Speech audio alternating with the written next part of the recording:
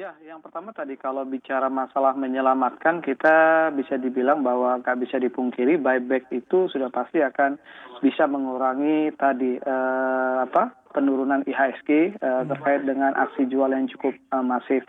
Artinya kalau kita lihat lebih kepada tadi mengurangi koreksi ya.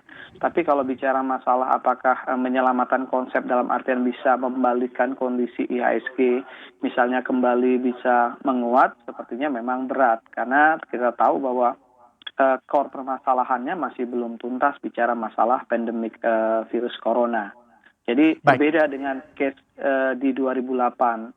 Saat itu ketika 2008 ketika ada BUMN juga ramai-ramai buyback, memang terlihat terjadi perbaikan terhadap IHSG yang cukup baik. Tapi perbaikan tersebut memang dilatar belakangi karena memang permasalahan bicara masalah likuiditas global waktu itu latar belakangnya krisis Amerika memang sudah ada ujung ketika tadi beberapa institusi besar termasuk The Fed mulai menyuntikkan dana ke pasar. Jadi memang permasalahannya memang sudah teratasi, tinggal prosesnya. Kalau sekarang kan kita bisa dibilang bahwa tidak ada yang berani mengatakan bahwa pandemik virus corona telah tuntas atau usai. Ini kita belum bicara masalah efeknya ya. Efeknya kan sudah bisa dikatakan gambaran keseluruhan pasar bicara masalah krisis global berupa perlambatan pertumbuhan ekonomi. Konteks menyelamatkan IHSG kalau kita tempatkan ini Pak dalam length of time. Total 17,5 T dari BPJSTK dan emiten ini bisa bertahan berapa lama Pak? Kalau konteks menyelamatkan IHSG kembali ke level semula atau bahkan 6.000 lebih belum bisa kita harapkan, tapi paling tidak terselamatkannya ini length of time-nya bisa berapa lama? Ya, kalau bicara masalah length of time memang agak sulit ya.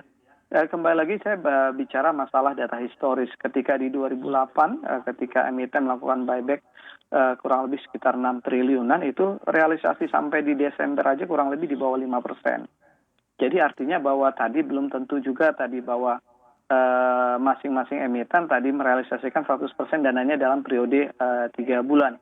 Karena Baik, saya kami catat ini juga, belum tentunya Pak ya Alfred. Ya, hari ini betul. saja ini net sell asing juga terpantau sudah ada di 500 M. Anda melihat likuiditas yang akan terbantu dengan adanya aksi buyback dan juga penyelamatan gujuran dana dari BPJSTK ini, apakah malah justru akan dimanfaatkan oleh asing lebih gampang keluar dari pasar kita Pak, lepas portfolio saham mereka di kita ketika likuiditasnya sedang bagus ini, ada gujuran-gujuran tadi.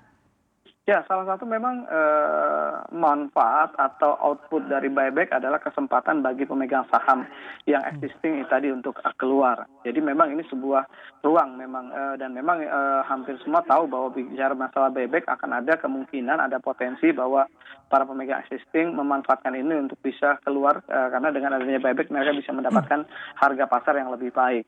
Tapi overall kalau kita bicara masalah asing memang beberapa case yang terjadi ketika bisa dikatakan mengalami krisis seperti ini memang sangat jarang sekali animo asing jual begitu tinggi. Di 2008 kita juga lihat asing masih mencatatkan net buy, bahkan sampai hari ini juga asing masih membukukan net buy kurang lebih year to date masih di angka 8 triliun yang menurut kita masih relatif cukup wajar lah. Artinya di asing sendiri kita belum melihat adanya kepanikan ya kalau melihat dari angka year to date 8 triliun. Tapi tadi kalau Baik. bicara masalah potensi itu akan ada. Bagaimana itu menjadi kesempatan bagi pemegang saham existing termasuk domestik dan juga asing untuk bisa tadi mendapatkan harga yang lebih murah ketika adanya harga yang lebih baik ketika adanya kebijakan buyback.